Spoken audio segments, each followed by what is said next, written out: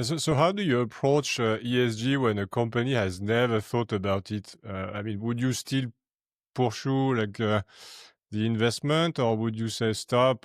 We can come back when you have changed X and Y, or are you saying okay, we can work on it together? So how do you see essentially ESG in the evaluation phase? I mean, is it really a dead end for you?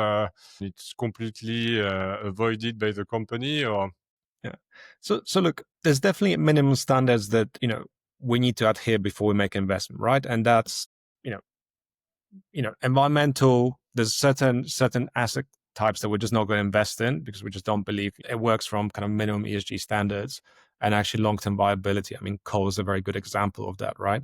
The same goes into kind of the E, S, and G, right? So there will be minimum standards that we would expect the company to have day one, both in terms of governance, but actually more social issues as well. So whether it's to do with its own employees or how it interacts with the local communities. But beyond that, we do see that actually part of our value add is to be able to then really improve the ESG approach. And as I said earlier, we do work hand in glove with the management teams to be able to support them on that kind of ESG journey as well.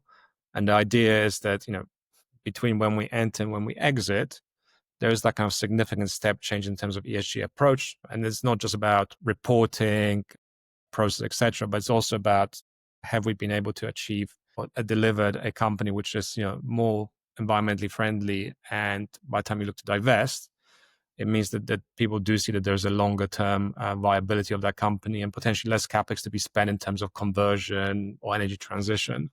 So it's part of what we do.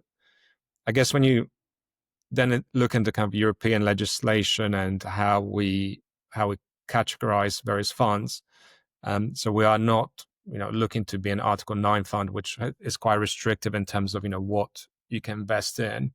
We're more focusing on Article 8 funds, which gives us more latitude in terms of type of investments, but also allows us to be more active with the ESG going, once we invest into those assets and being able to transition them over time as well.